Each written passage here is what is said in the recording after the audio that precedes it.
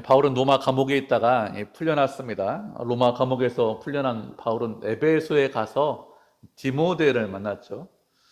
디모데를 만난 바울은 디모데에게 에베소 지방에 머물러 있어라 이렇게 말을 했습니다. 에베소 지방에 머물러 있으라고 한 이유가 무엇인가 하면 에베소 교회에 다른 교훈을 가르치는 사람들이 있기 때문에 그렇죠. 에베소 교회에 머물러 있으라고 한 것은 다른 교훈을 가르치는 것이 아니라 바른 교훈이죠. 건강한 교훈, 건전한 교훈을 가르치라고 에베소에 머물러 있어라 이렇게 디모데에게 이야기를 한 이후에 바울은 에베소에 머물러 있는 것이 아니라 이 바다를 건너서 마게도니아 지방으로, 유럽 지방으로 건너갔습니다. 유럽 지방으로, 이 마게도니아 지방으로 건너간 바울은 다시 에베소로 돌아와서 디모데를 만난다는 것이 그렇게 쉽지 않죠. 지금 같으면 전 세계 어디에 있든지 쉽게 비행기 타고 왔다 갔다 하는데 그 당시 1세기입니다. 1세기 당시에 왔다 갔다 하는 것이 쉽지 않고 배 타고 몇 달씩 걸리는 그런 지방이기 때문에 다시 돌아와서 만난다는 것이 쉽지 않았습니다. 그래서 편지를 썼는데 그 편지가 지금 우리가 살펴보고 있는 디모데 전서입니다. 14절 말씀을 보면 바울이 말하기를 내가 속히 가기를 원한다 이렇게 말씀하고 있습니다. 마게도니아 지방에 있는데 이제 바울에게 돌아가기를 터키 지방으로, 에베소 지방으로 속히 돌아가서 디모데를 만나기를 원하고 있지만 그래도 이 편지를 쓰는 이유가 무엇이냐, 혹시라도 빨리 돌아가지 못하면 디모데가 교회에서 무엇을 해야 되는지, 어떻게 해야 되는지 그것을 알려주기 위해서 그래서 편지를 쓰고 있습니다. 15절을 보면 만일 자신이 지체하면 하나님의 집에서 어떻게 행해야 하는지 알게 하려고 한다 이렇게 말씀을 하고 있어요. 디모데가 지금 에베소에서 목회를 하고 있습니다. 에베소 교회에서 목회를 하고 있는데 무엇이라고 했죠? 교회를 하나님의 집이다 이렇게 말씀을 하고 있습니다. 하나님의 집이다 이렇게 말씀하고 있는데 이것은 다른 말로 하면 하나님의 가정이다 이런 뜻입니다. 하나님의 가정이라는 것은 그 가정의 주인이 하나님이시다 이런 뜻입니다. 교회의 주인이 누구냐? 하나님께서 교회의 주인이십니다. 교회의 주인에 대해서 종종 오해하는 경우가 많이 있습니다. 사람이 주인이다 이렇게 생각하는 경우들이 많이 있어요. 목사가 교회의 주인이지 이렇게 생각하는 사람도 있고, 또 아니면 성도가 주인이다 이렇게 생각하는 사람들도 있습니다. 또 어떤 분들은 성도가 다 주인이 아니라 성도 중에서 열심히 봉사하고 헌신하는 사람, 그 사람들이 주인이지 이렇게 생각하는 분들도 있습니다. 다 이 잘못된 생각이에요. 교회의 주인은 하나님께서 교회의 주인이십니다. 우리가 잊지 않으셔야 됩니다. 아버지 하나님께서 이 교회의 우리들의 주인이라는 것을 잊지 않으셔야 됩니다. 우리는 누구냐? 우리는 청직입니다. 목사도 청직이고 목사가 아닌 여러분도 청직입니다. 직분을 가지고 있든지 직분을 가지고 없든지 누구든지 청직입니다. 청직이라는 것은 맡겨주신 일이 있는데, 주인이 맡겨주셨는데 그 일을 감당하는 사람이 청직이죠. 그리고 우리 교회의 주인은 하나님께서 교회의 주인이십니다.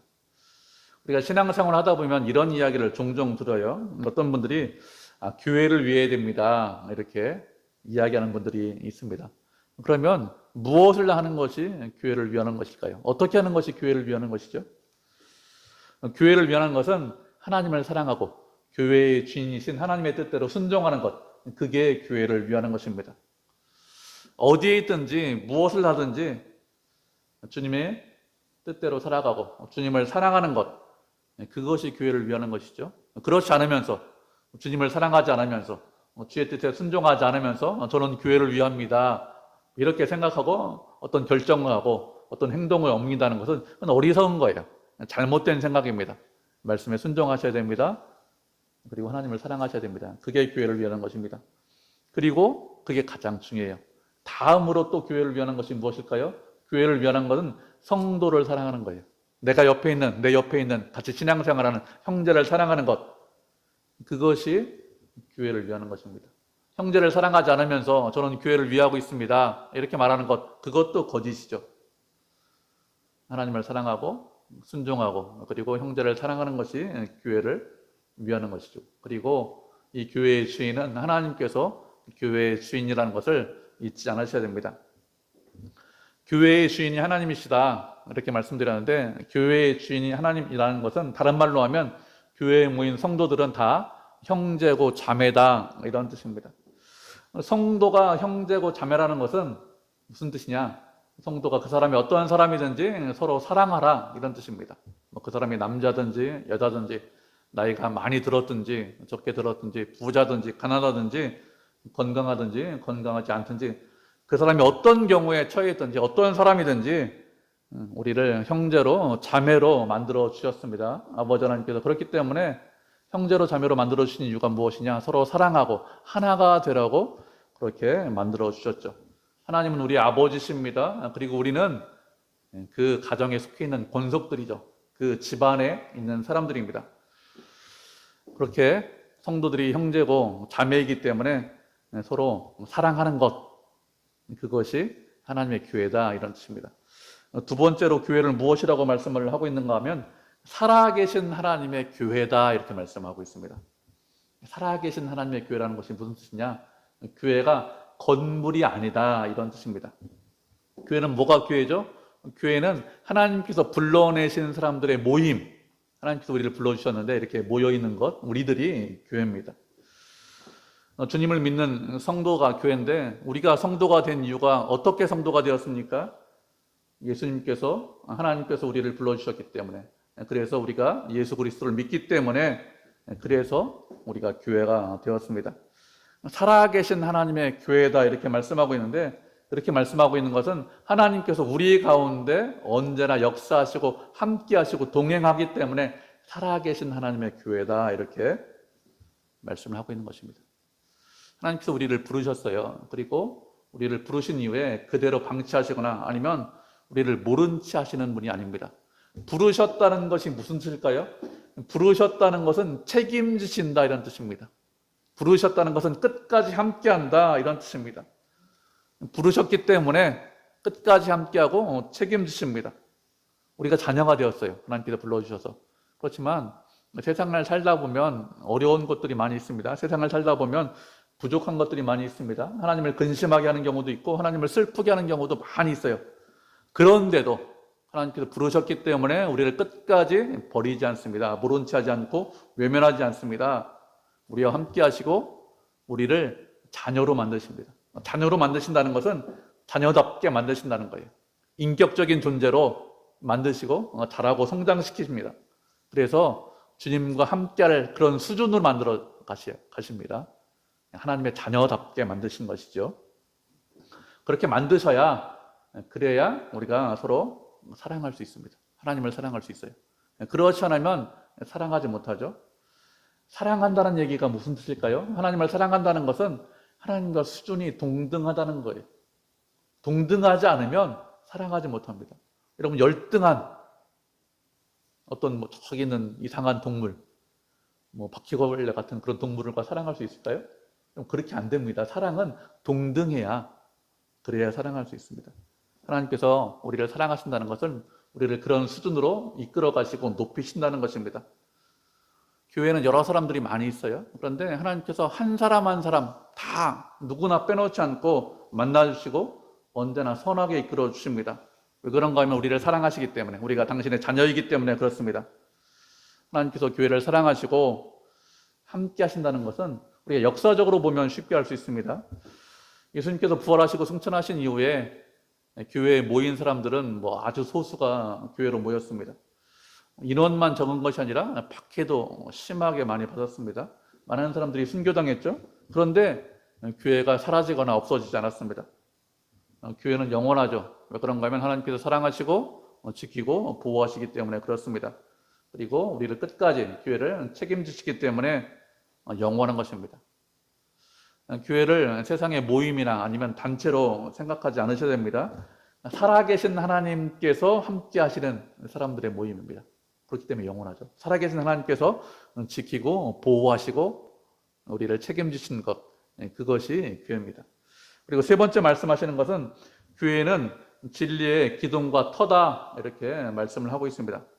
교회에 대해서 진리의 기둥과 터다, 이렇게 말씀을 하고 있는데, 이것은 다른 말로 하면 교회는 진리가 아니다, 이런 뜻입니다. 교회는 진리 자체는 아니에요. 그죠? 진리는 누가 진리입니까? 예수 그리스도가 진리입니다. 예수님께서 말씀하신 것, 예수님께서 이 땅에 오셔서 행하신 모든 것, 그것이 진리입니다. 그렇지만 교회는 그런 진리는 아닙니다. 그렇게 진리는 아니지만 교회는 진리의 기둥과 터다, 이렇게 말씀하고 있어요. 진리의 기둥과 터라는 것은 진리는 아니지만 진리를 수호하고 드러내고 높이고 또 전파하는 데 아주 중요한 역할을 하는 것이 교회다, 이런 뜻입니다. 우리가 건물을 튼튼하게 지려면 기초를 튼튼하게 해야 됩니다. 기초가 좋아야 돼요. 그리고 건물의 기둥, 주 기둥들을 잘 세워야, 튼튼한 기둥을 세워야, 그래야 좋은 건물이고 안전한 건물이죠. 하나님께서 진리를 세우시는데 뭘 통해서 진리를 세우시느냐? 교회를 통해서 진리를 세우십니다. 그러면 교회가 없으면 진리를 세우지 못하시느냐? 그렇지 않습니다. 진리는 아무것도 없어도 스스로 설 수 있는 것, 그것이 진리죠. 스스로 서지 못하면 진리가 아닙니다. 그렇기 때문에 교회가 없어도 진리가 설 수 있는데, 그런데 하나님께서 교회를 통해서 진리를 세우십니다. 그리고 교회를 통해서 진리를 선포하게 하시고, 전파하게 하시고, 경험하게 하시고, 그리고 진리가 무엇인지 깨닫게 하십니다. 그것이 교회입니다. 그래서 기둥과 터다, 이렇게 말씀하고 있죠. 우리가 말씀 한 구절 살펴보도록 하겠습니다. 고린도후서 3장 1절로 3절까지 말씀 살펴보도록 하죠. 고린도후서 3장 1절로 3절까지 말씀, 신약성경 287페이지네요.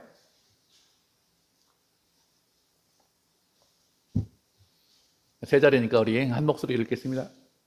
고린도후서 3장 1절로 3절입니다. 신약성경 287페이지, 고린도후서 찾으셨죠? 시작.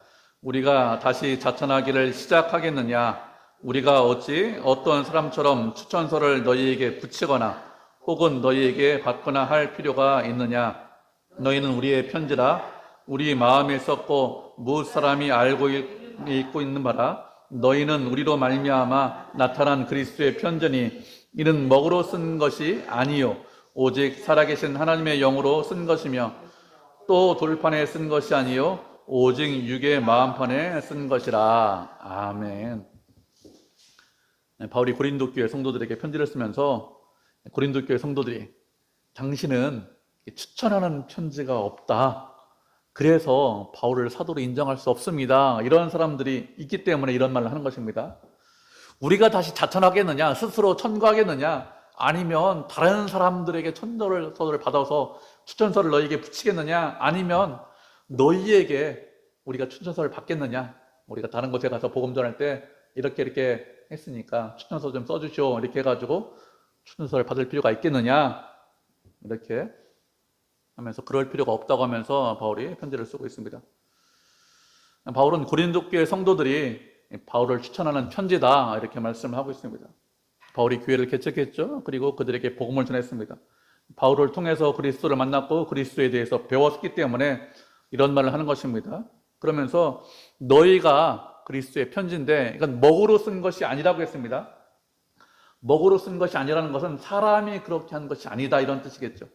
사람이 쓴 것이 아니라 살아계신 하나님께서 편지를 쓰신 것이다. 그것도 돌비에 쓴 것이 아니라 육의 마음판에 신비에 썼다, 이렇게 말씀하고 있습니다. 돌비에 썼다는 것은 십계명 돌판을 말합니다. 하나님께서 돌판을 주시면서 내가 너희를 사랑한다, 이렇게 말씀하셨습니다. 그런데 그렇게 돌판에 새긴 것이 아니라 우리의 마음판에 신비에 그렇게 내가 너희를 사랑한다, 이렇게 쓰셨다는 거예요. 교회를 통해서 하나님께서 진리를 세우시는데 어떻게 진리를 세우실까요? 우리의 마음판에 진리를 새기심으로 그렇게 진리를 새기십니다. 그래서 우리들이 진리를 사모합니다, 사랑합니다. 진리이신 예수님과 늘 함께하기를 원하는 그런 것들을 우리에게 주세요. 이 진리를 끝까지 내가 지키겠습니다, 진리와 함께하겠습니다, 이런 마음을 주십니다. 그렇기 때문에 교회가 진리를 세우는데 아주 중요한 역할을 하게 됩니다. 그래서 교회를 진리의 기둥과 터다, 이렇게 말씀을 하고 있는 것입니다. 우리는 진리는 아니죠. 진리는 아니지만 하나님께서 우리 마음 가운데 진리를 새기시고 진리를 사랑하는 마음들을 주셨습니다. 이렇게 진리를 사랑하는 마음을 주셨기 때문에, 진리를 새기셨기 때문에 교회는 다른 곳에서 경험하지 못하는 그런 진리를 경험할 수 있습니다. 하나님께서 교회를 통해서 진리를 드러내시고 나타내시고 지키고 보호하시고 높이시죠. 그래서 진리의 기둥과 터다 이렇게 말씀을 하고 있는 것입니다. 우리 눈에는 교회가 보잘것없는 것처럼 보일 수 있습니다. 세상에서 크게 영향력이 있느냐? 그렇잖아요. 정치 권력이 영향력이 있는 것 같고 아니면 재벌이 영향력이 있는 것 같습니다. 그렇지만 교회는 별로 영향력이 없는 것 같습니다. 그러나 실제로는 그렇지 않습니다. 하나님께서 모든 만물 위에 교회를 주셨다고 했습니다. 그리고 그 교회의 머리는 예수 그리스도가 교회의 머리, 우리의 머리이십니다. 그렇기 때문에 세상에서 볼 때 아무것도 아닌 것처럼 보이지만 실제로는 그렇지 않죠. 하나님께서 특별히 사랑하시는 것이 교회고 그리고 진리의 기둥과 터로 만드신 것이 교회입니다. 15절에서는 이렇게 교회에 관해서 말씀하고 있고 교회는 하나님의 집이고 살아계신 하나님의 교회고 또 진리의 기둥과 터다 이렇게 말씀을 하고 있죠. 이렇게 교회가 얼마나 중요한가 이것에 대해서 말씀한 이후에 교회를 진리의 기둥과 터라고 말씀하셨는데 이 교회를 통해서 그러면 지키려고 하는 진리가 무엇인지 널리 전파하려고 하는 높이려고 하는 진리가 무엇인지 구체적으로 16절에서 말씀을 하고 있습니다. 16절을 보면 크도다 경건의 비밀이여 그렇지 않다고 하는 이가 없다고 했습니다. 경건의 비밀이 크다 이렇게 말씀을 하고 있습니다. 경건의 비밀이 작다, 경건의 비밀이 아무것도 아니다 이렇게 말씀하고 있잖아요. 경건의 비밀이 크다 이렇게 말씀하셨습니다. 또 그렇지 않다고 하는 사람이 없다고 했습니다. 그렇지 않다고 하는 사람이 없다는 뜻은 무슨 뜻이냐? 하나님을 알고 있고 하나님을 믿고 있는 모든 사람들이 다 이렇게 이야기한다는 거예요. 경건의 비밀이 크다고 다 이렇게 이야기합니다. 경건의 비밀이 크기 때문에 우리가 경건의 비밀에 대해서 아주 중요하게 생각하셔야 됩니다. 그리고 할 수만 있으면 우리가 경건하셔야 됩니다. 경건의 비밀이 작은 게 아니에요. 큽니다. 그렇기 때문에 할 수만 있으면 언제든지 경건해야 됩니다. 그러면 언제든지 경건해야 되고 이 경건의 비밀이 큰데 경건이 무슨 뜻일까요? 경건하다는 것은 다른 말로 하면 거룩하다는 것입니다. 경건한 것을 쉽게 말하면 하나님께 영광을 돌리는 것이 경건한 것이죠. 하나님을 잘 섬기고 사랑하고 높이고 함께하는 것, 그게 경건한 것입니다. 하나님을 사랑하는 것이 경건이라고 말씀드렸는데 근데 그것이 비밀이다 이렇게 말씀하고 있습니다. 그러면 비밀이라고 말한 이유가 무엇이죠? 비밀이라고 말한 것은 이전까지는 경건에 대해서 잘 알지 못했지만 이후에는 경건에 대해서 알기 때문에 비밀이다 이렇게 말씀하고 있습니다. 구약 시대에도 하나님을 높이고 사랑하는 방법들을 알고 있었습니다. 이방인들은 잘 몰랐어요. 그런데 유대인들은 알았습니다. 하나님을 가까이 해야 됩니다. 하나님을 사랑해야 됩니다. 이런 말씀이 있기 때문에 그것에 대해서 아예 모른다 이것이 아니라 알고 있었습니다. 그런데 누구를 통해서 더 명확하게 알게 되었죠?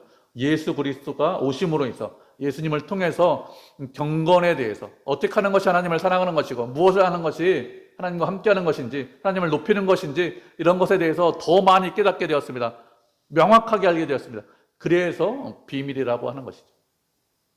세상 사람들은 알지 못합니다. 그렇지만 우리는 알게 되었습니다. 그래서 비밀이라고 하는 것이죠. 이렇게 경건의 비밀이 큰데 하나님을 사랑하는 것들이 큰데 그 비밀에 대해서 6가지로 말씀하고 있습니다. 첫 번째 말씀하는 것이 무엇이냐? 그는 육신으로 나타나신 바 되었다 이렇게 말씀을 하고 있습니다. 육신으로 나타나신 바 되었다. 누가 육신으로 나타나신 바 되었다는 것이죠? 예수님께서 육신으로 나타나신 바 되었다는 것입니다. 예수님께서는 육신을 입으시고 이 땅에 오셨습니다. 아주 명확하죠? 그런데 그 예수님께서는 하나님이십니다. 하나님은 우리가 잘 알고 있죠. 우리 눈으로 볼 수 없습니다. 우리 감각으로 알 수 없는 분이죠. 우리와 함께 하신다. 우리가 알고 있어요. 그렇지만 우리가 함께 하신다는 것을 우리의 감각으로 느낄 수 있느냐, 알 수 있느냐? 그렇지 않죠. 눈으로 볼 수 없고 귀로 들을 수 없고 손으로 만질 수 없습니다. 그런 하나님이신데 그 하나님께서 육신을 입으시고 이 땅에 오셔서 참 인간이 되셨습니다. 하나님이신 예수님께서 참 인간이 되셨다는 것, 그것이 비밀이죠. 하나님은 영원하신 분입니다. 그리고 영원하신 하나님 어느 누구도 알지 못하죠. 여러분 잘 알지 못해요, 하나님 우리가. 그리고 영원하신 하나님 어디에 담을 수도 없습니다. 그런데 육신을 입으시고 참 인간으로 오셨습니다. 예수님께서 천사로 이 땅에 오신 것이 아니죠. 인간으로 이 땅에 오셨습니다. 인간으로 이 땅에 오셨다는 것이 무슨 의미가 있죠? 인간으로 이 땅에 오셨기 때문에 우리에게 소망이 있습니다. 이 땅에 오신 이유가 무엇이죠? 우리와 함께 하시기 위해서, 임마누엘 하기 위해서 이 땅에 오셨습니다. 우리를 사랑하시기 때문에 우리를 구원하기 위해서 이 땅에 오셨습니다. 인간으로 오셨기 때문에 인간에 대해서 참 잘 알고 계십니다. 우리의 부족한 것들, 우리의 연약한 것들, 우리의 눈물, 우리의 슬픔, 고통, 이런 것들을 잘 알고 계세요. 우리가 얼마나 약한지 알고 계십니다. 사탄이 예수님을 시험했죠. 사탄의 유혹과 시험이 얼마나 강렬한 것인지, 인간이 그 유혹과 시험에 얼마나 쉽게 잘 넘어가는지, 얼마나 그 유혹과 시험에 휘둘리는지, 이런 것들을 다 알고 계십니다. 인간에 대해서, 나에 대해서 모든 것을 다 알고 계십니다.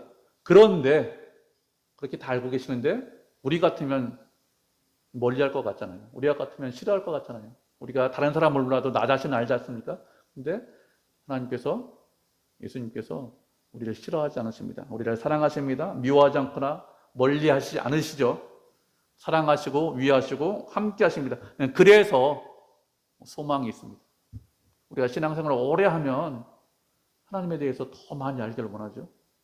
하나님에 대해서 더 많이 알려면 어떻게 해야 하나님에 대해서 더 많이 알 수 있습니까? 예수님을 만나고 예수님과 함께 하시고 예수님을 보시면, 그러면 하나님에 대해서 더 많이 알 수 있습니다. 예수님은 참 인간이시고 참 하나님이십니다. 그렇기 때문에 예수님을 보면 그러면 하나님에 대해서 명확하게 알 수 있습니다. 우리가 눈으로 볼 수 없어요. 그렇지만 말씀으로는 예수님에 대해서 알 수 있습니다. 볼 수 있습니다. 예수님에 대해서 성경에서 기록하고 있고 어떤 말씀 하셨는지 어떻게 사셨는지 예수님을 통해서 알 수 있습니다. 그 예수님을 많이 아는 것, 그것이 하나님을 아는 것입니다. 그것이 하나님을 만나는 것입니다. 하나님을 만나기 위해서, 하나님을 찾기 위해서 딴 곳에 갈 필요가 없습니다. 예수님께서 말씀하시기를 내가 곧 길이요 진리요 생명이라고 말씀하셨습니다. 예수님만이 길이십니다. 다른 진리가 없습니다. 예수님만이 진리십니다. 다른 생명이 없습니다. 참 생명은 예수님에게밖에 없습니다. 그렇기 때문에 하나님에 대해서 더 많이 알기 위해서는 육신을 입고 오신 예수님에 대해서 예수님 앞으로 가야 되겠죠. 그래야 하나님을 알 수 있고 하나님을 만날 수 있습니다. 그것이 비밀입니다. 두 번째로 말씀하신 것이 영으로는 의롭다 하심을 받았다고 했습니다. 영으로는 의롭다 하심을 받은 것에 대해서 로마서에서 잘 설명을 하고 있습니다. 우리가 로마서 말씀 살펴보도록 하죠. 로마서 1장 3절과 4절 말씀 살펴보도록 하겠습니다. 신약성경 238페이지네요. 로마서 1장 3절 4절.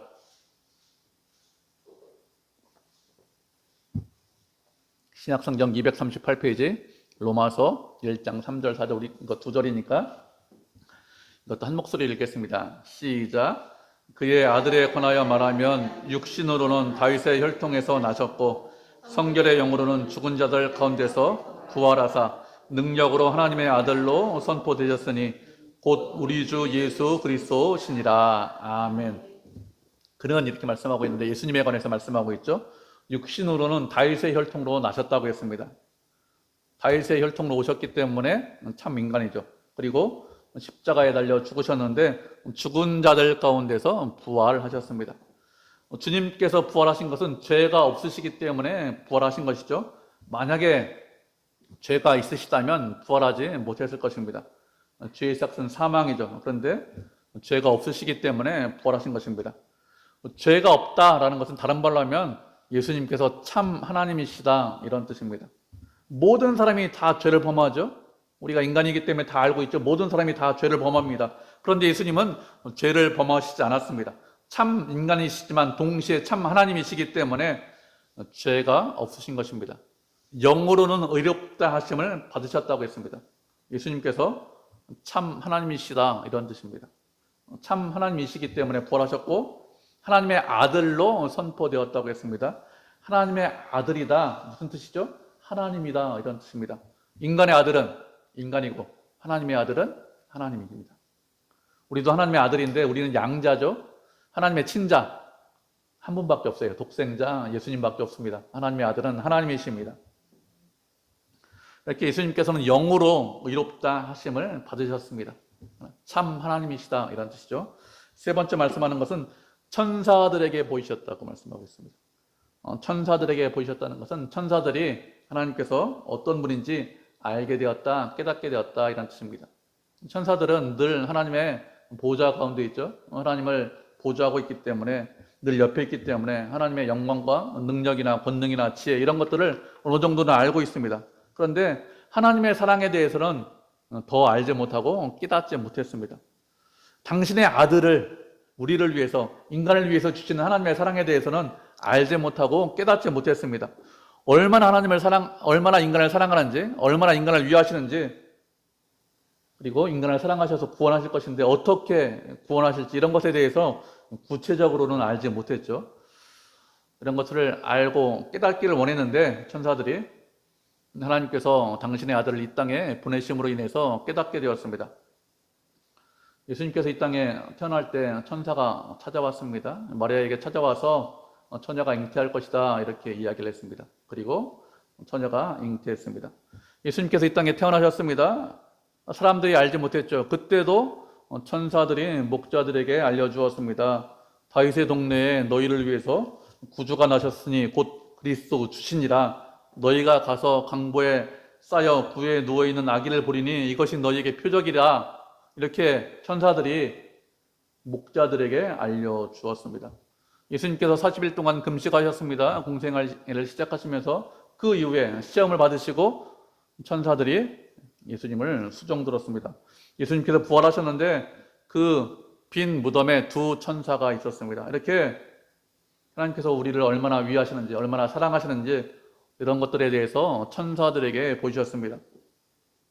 천사들은 하나님의 은혜와 사랑에 대해서 깨닫기를 원했습니다.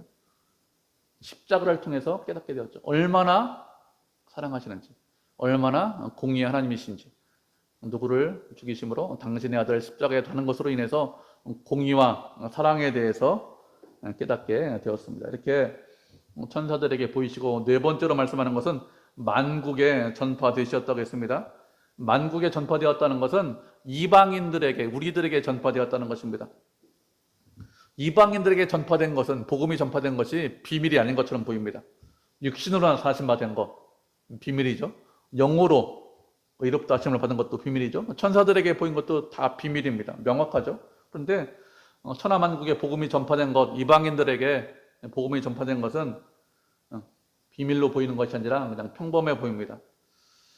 어떻게 보면 이방인들에게 복음 전파된 것이 당연해 보이기도 하죠. 그런데 그렇지 않습니다. 예수님께서 이 땅에 오시기 전에는 이방인들에게 복음이 전파되지 않았습니다. 하나님을 알기는 알았는데 누구만 알았느냐? 유대인들만 하나님에 대해서 알았습니다. 그들은 선민이었고 이방인들에 대해서 생각하기를 지옥의 땔감 정도 된다, 이 정도로 생각을 했습니다. 그런데 예수님께서 이 땅에 오심으로 인해서 온 세상 가운데, 우리 가운데 복음이 전파되었습니다. 전파되었다, 무슨 뜻이죠? 누군가 전했다, 전하는 사람이 있었다, 이런 뜻입니다. 그렇게 복음이 누군가에 의해서 전해졌는데 그렇게 세상 끝까지 복음이 전파되는 것, 그것이 무엇이죠? 그것이 하나님의 뜻입니다. 하나님께서 우리에게 원하시는 것이 무엇이냐?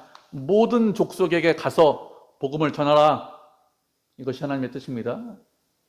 그래서 복음이 전파되는 거예요. 그렇기 때문에 우리가 어떻게 됩니까? 온 세상 가운데 복음을 전해야 되겠죠.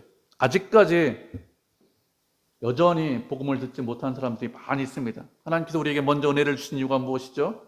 우리만 복음을 듣고 끝나라는 것이 아니라 다른 사람들에게, 세상 모든 사람들에게 복음을 전하라고 우리에게 복음을 먼저 듣게 하신 것입니다. 그것이 비밀입니다. 하나님께서 우리에게 원하시는 것이 무엇이냐? 이방 사람들에게, 아직까지 복음을 듣지 못한 사람들에게 복음을 전하는 것, 온 세상에게 복음을 전하는 것, 그것이 하나님의 뜻에 순종하는 것이고 하나님께서 원하시는 것이죠. 다섯 번째로 말씀하는 것은 세상에서 믿음 바 되었다, 이렇게 말씀하고 있습니다. 세상 사람들이 예수 그리스도를 믿었다는 것이 비밀이다, 이런 뜻입니다. 그런데 비밀이 아닌 것처럼 보입니다. 근데 예수님을 믿은 것이 비밀이에요. 예수님을 처음 전한 사람들, 누가 예수님을 처음 전했습니까?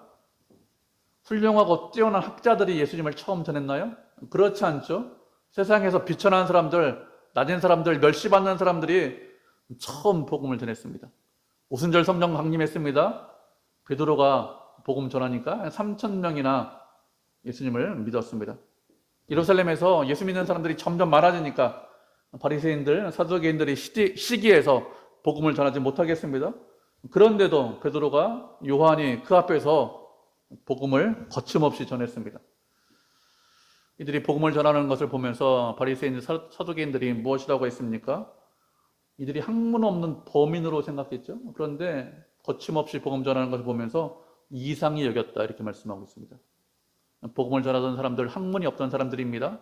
세상 말로 하고 무식한 사람들이에요.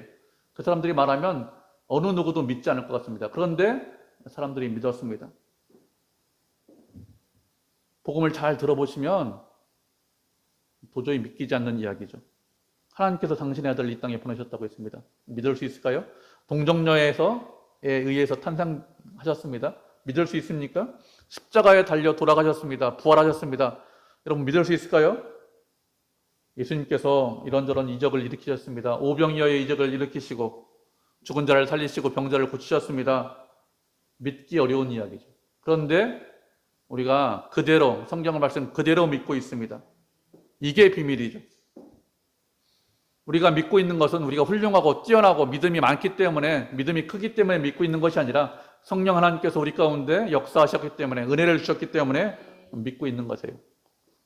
세상 사람들 중에서 성경을 통해서 박사학위를 받은 사람이 많이 있습니다.